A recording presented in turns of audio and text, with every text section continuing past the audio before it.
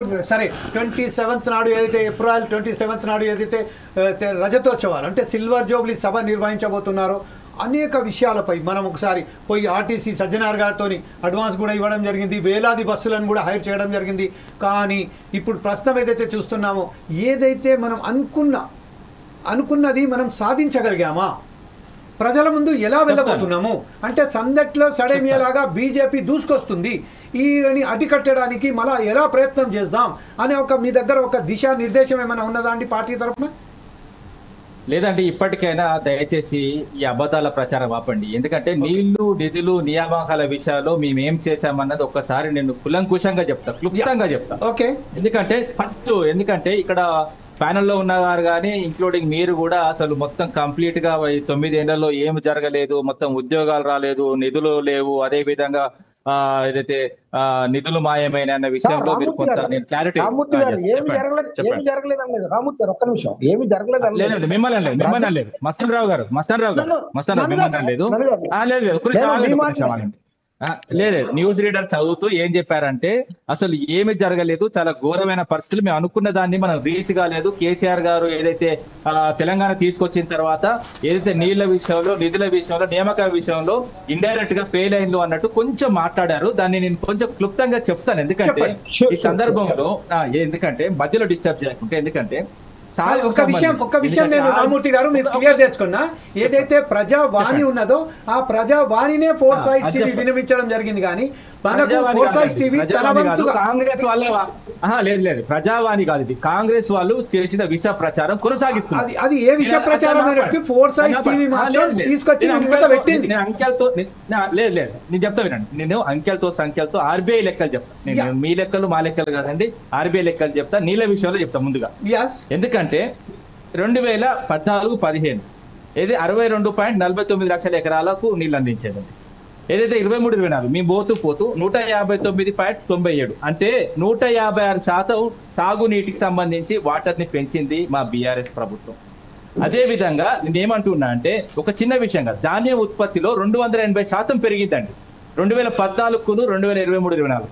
ఇది వాస్తవం, ఇది ఆర్బీఐ లెక్కలే. నేనేమంటున్నా అదే విధంగా నీళ్ల విషయం చెప్పాను. నీళ్ల విషయంలో ఇంకా కొంచెం క్లుప్తంగా చెప్తాను. ఎందుకంటే మేము ఒక 4 దఫాల్లో మిషన్ కాకతీయ అనే ఒక అద్భుతమైన కార్యక్రమం తీసుకొచ్చి 265 టీఎంసీల నీళ్లను ఏదైతే సాగునీటిగా మలచగలిగాం, తాగునీటిగా మలచగలిగాం.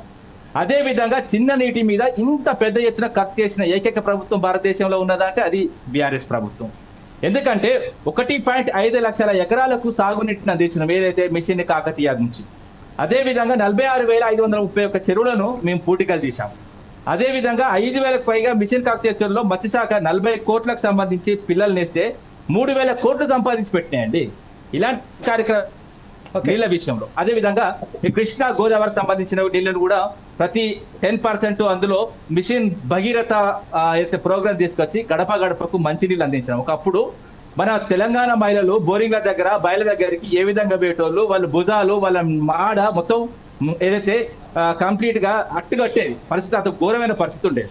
అలాంటి పరిస్థితుల నుంచి గడప గడపకి ఈ రోజు మహిళలు మంచిగా హ్యాపీగా వాటర్ తీసుకున్నారంటే కేసీఆర్ గారు చదివే. ఇది ఎవ్వరు కాదని నిజం. ఇది నీళ్ల విషయం చెప్పాను. అదే విధంగా నిధుల విషయం 2014లో 1,24,104 ఏదైతే మనకు తలసరి ఆదాయం ఉండేది. ఎస్ మేము 23-24 మీకు అవసరమైతే బడ్జెట్ కూడా చూస్తాం. 23-24 ఇది బడ్జెట్ బుక్. మొన్న ఏదైతే ఫస్ట్ బడ్జెట్ ఏదైతే కాంగ్రెస్ ప్రభుత్వం వచ్చిన తర్వాత ఈ తలసరి ఆదాయం వీళ్ళు చూపించింది. ఎందుకంటే ఇది మాది, ఎందుకంటే 23-24లో మేమే ఉన్నాం కాబట్టి 3,47,299 తీసుకొచ్చినాం. అంటే ఒక 2 అంతలు 3 అంతలు ఎక్కువ చేసినామంటే.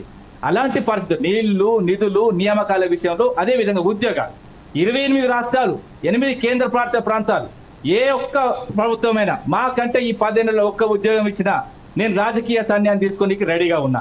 ఎందుకంటే 2,32,308 ఉద్యోగాలకు మేము నోటిఫికేషన్ వేసినాం. అదే విధంగా ఏదైతే 1,60,083 ఉద్యోగాలు డైరెక్ట్ ఫిల్ చేసిపోయాం.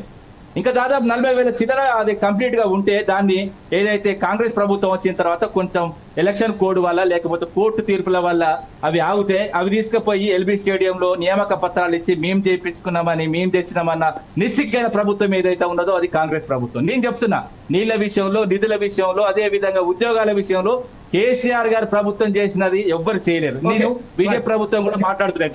ఒకటి బీజేపీ వాళ్ళు కూడా మాట్లాడుతున్నారు. 2014లో ఒక నిమిషం అయిపోయింది కంక్లూడ్ చేస్తా.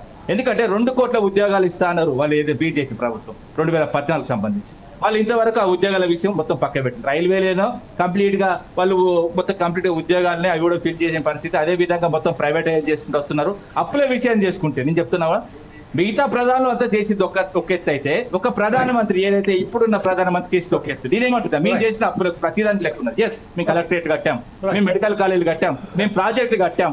మీరు ఏం కట్టిల్లు? 1,60,000 ఏదైతే వీళ్ళు తీసుకొచ్చి ఇప్పటివరకు కోట్లు ఏదైతే కాంగ్రెస్ ప్రభుత్వం వచ్చిన తర్వాత వాటితోని కనీసం ఒక కాలువ కూడా దూరలేదండి. ఎస్, మేము చెప్తున్నాం కదా, రేపు జరగబోయే ఏదైతే 27 సమావేశంలో